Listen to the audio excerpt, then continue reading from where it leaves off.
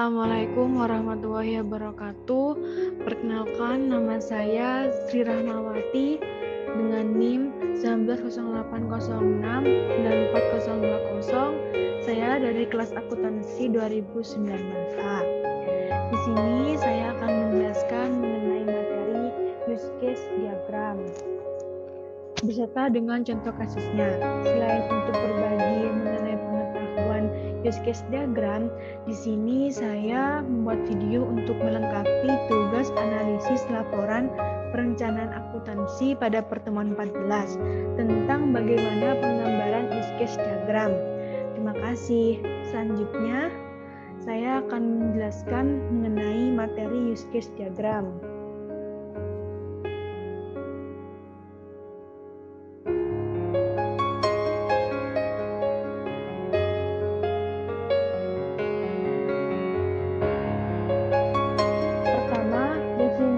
Use case diagram. Use case diagram adalah suatu pola atau gambaran yang menunjukkan kelakuan atau kegiatan sistem. Setiap use case adalah suatu urut-urutan transaksi yang saling berhubungan dan dilakukan oleh sebuah aktor dan sistem dalam bentuk sebuah dialog. Pengertian ini diutarakan oleh Henry pada tahun 2007. Yang kedua, mengenai fungsi use case diagram dan manfaat use case diagram. Fungsi use case diagram: 1. Berguna memperlihatkan proses aktivitas secara urut dalam sistem. 2. Mampu menggambarkan proses bisnis, bahkan menampilkan urutan aktivitas pada sebuah proses. Yang ketiga, sebagai bridge atau jembatan antara pembuat dengan konsumen untuk mendeskripsikan sebuah sistem. Lalu mengenai manfaat use case diagram. Yang pertama, menggunakannya sebagai kebutuhan kuantifikasi. Yang kedua, mengidentifikasi siapa saja orang yang dapat berinteraksi dengan sistem, serta apa saja yang dapat dilakukan oleh sistem. Yang ketiga, memberikan kepastian mengenai kebutuhan sistem sehingga tidak membingungkan. Yang keempat, memudahkan proses komunikasi antara domain expert dan end user. Selanjutnya mengenai contoh kasus use case diagram. Ilustrasi kasus use case pendaftaran calon mahasiswa. Pada kasus use case saat ini menggambarkan bagaimana alur pendaftaran calon mahasiswa. Petugas pendaftaran melakukan login ke dalam portal atau sistem untuk membuka sistem. Setelah petugas pendaftaran membuka portal, petugas pendaftaran dapat mengelola portal atau sistem. Selagi petugas pendaftaran membuka portal, calon mahasiswa dapat melakukan registrasi untuk masuk ke dalam portal. Setelah calon mahasiswa melakukan registrasi, calon mahasiswa dapat login untuk masuk ke dalam sistem. Setelah masuk ke sistem, calon mahasiswa dapat mengisi data identitas dengan lengkap. Petugas pendaftaran dapat memberikan tes kepada calon mahasiswa hingga calon mahasiswa menerima soal tes selanjutnya. Calon mahasiswa dapat melakukan tes ujian masuk. Setelah mahasiswa melakukan tes ujian, petugas pendaftaran menerima hasil tes dari calon mahasiswa. Setelah menerima hasil tes, petugas pendaftaran dapat menilai dan menerbitkan hasil tes serta membuat laporan dan dilaporkan kepada pihak universitas. Setelah laporan diterima, petugas pendaftaran dapat memperbarui sistem dengan menampilkan hasil tes dan calon mahasiswa dapat melihat hasil tes ujiannya. Nah, di sini saya sudah melakukan garis besar mengenai use case diagram calon pendaftaran calon mahasiswa. Nah, di sini secara garis besar saya sudah screenshot dari visio. Saya nanti akan menjelaskan mengenai visio juga, tapi di sini saya akan menjelaskan garis besarnya. Seperti tadi, petugas pendaftaran melakukan login, mengelola portal, memberikan tes, menerima hasil tes, dan mengumumkan hasil tes serta membuat laporan. Lalu untuk calon mahasiswa dapat melakukan registrasi, melakukan login sistem, mengisi data, menerima soal tes, lalu melakukan tes ujian sehingga hasilnya akan terdapat. Lalu di sini saya akan menjelaskan bagaimana cara mengerjakan di Visio.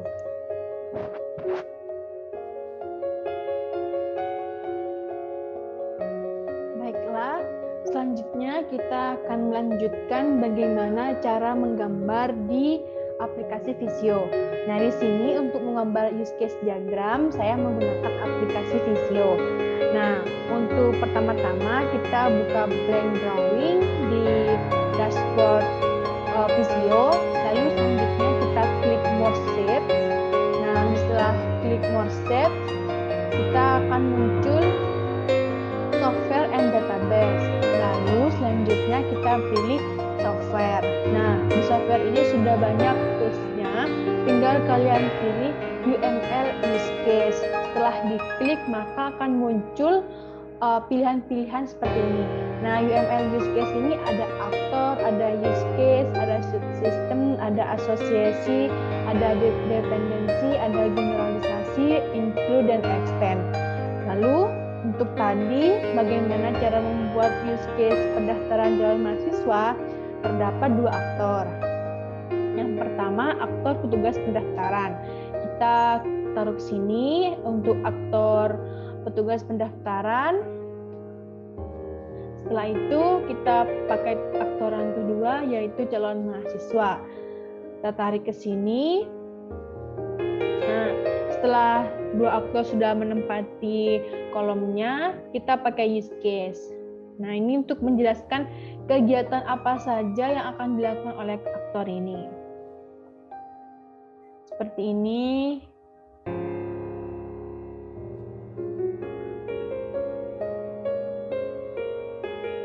Ini untuk aktor petugas pendaftaran dan ini untuk use case untuk calon mahasiswa. Nah, setelah kita mengatur seperti ini, kita dapat memberikan nama. Nah, untuk memberikan nama, kita hanya tinggal klik dua kali seperti ini, maka akan muncul kolom seperti ini untuk memberikan nama. Lalu kita klik dengan nama petugas pendaftaran. Nah, setelah itu untuk aktor yang kedua yaitu calon mahasiswa. Tinggal klik dua kali.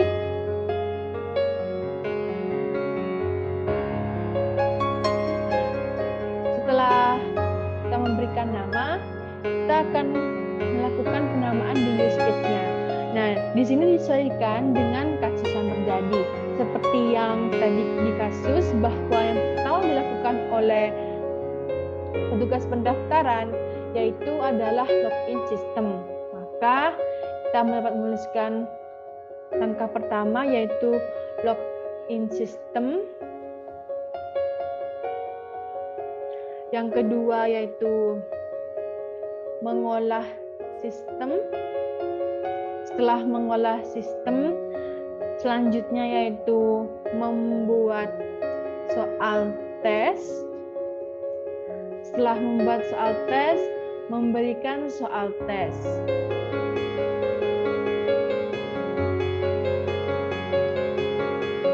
Nah, untuk calon mahasiswa, hal yang pertama dilakukan yaitu login pada sistem. Setelah melakukan login sistem, melakukan registrasi. Di sini melakukan registrasi untuk melengkapi data-data calon mahasiswa.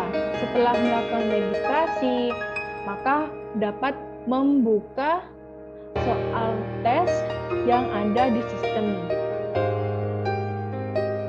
Setelah membuka soal tes, calon mahasiswa dapat mengerjakan soal tes.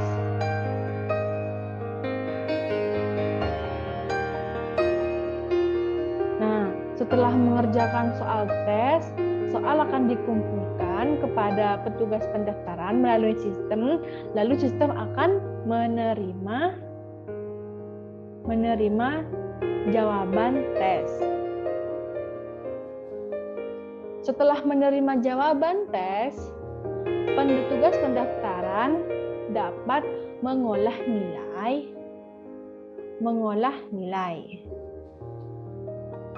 Setelah mengolah nilai, petugas pendaftaran dapat membuat laporan yang akan diajukan kepada pihak universitas. Setelah membuat laporan, pihak petugas pendaftaran dapat mengumumkan hasil tes calon mahasiswa. Nah, untuk bagian calon mahasiswa, setelah mengerjakan soal tes, mengumpulkan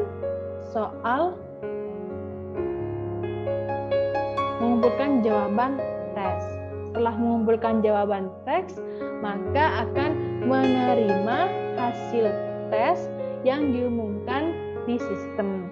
Nah, dari sini kita dapat menghubungkan aktor dan use case menggunakan panah generalization. Artinya, aktor memiliki hubungan dengan use case-nya. Kita tinggal klik seperti ini, lalu kita bisa menarik seperti ini. Karena semua ini berhubungan, maksudnya adalah use case ini berhubungan dengan petugas pendaftaran, maka panah-panah generalisasi dapat terhubung langsung dengan aktor seperti ini.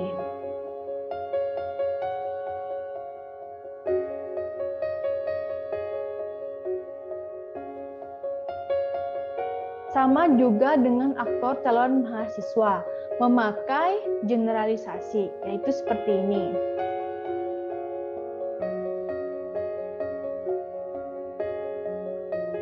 Dapat dimulai dengan registrasi terlebih dahulu.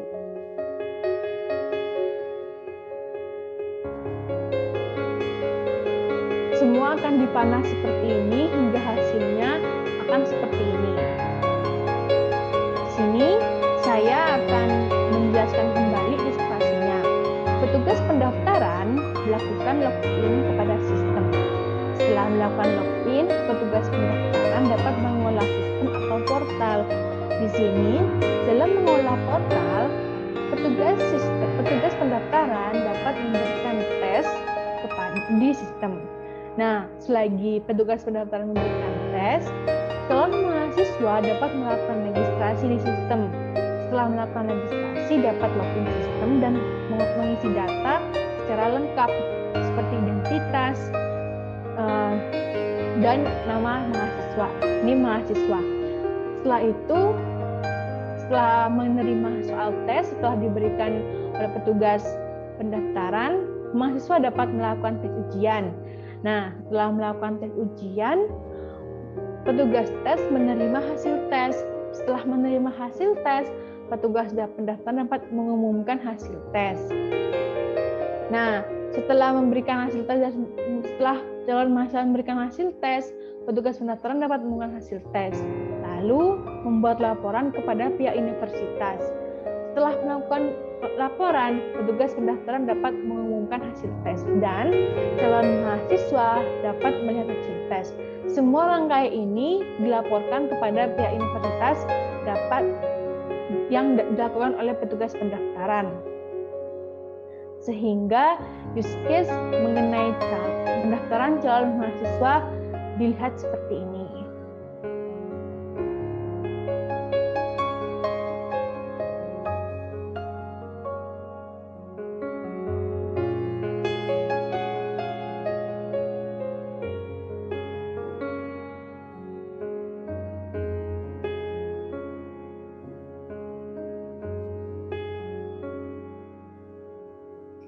Demikian presentasi yang dapat saya sampaikan mengenai bagaimana cara menggunakan use case dari materi, dari soal kasus use case, dan bagaimana cara pengerjaan use case. Di sini saya berharap kalian dapat memahami materinya. Saya mohon maaf bila ada salah kata. Assalamualaikum warahmatullahi wabarakatuh.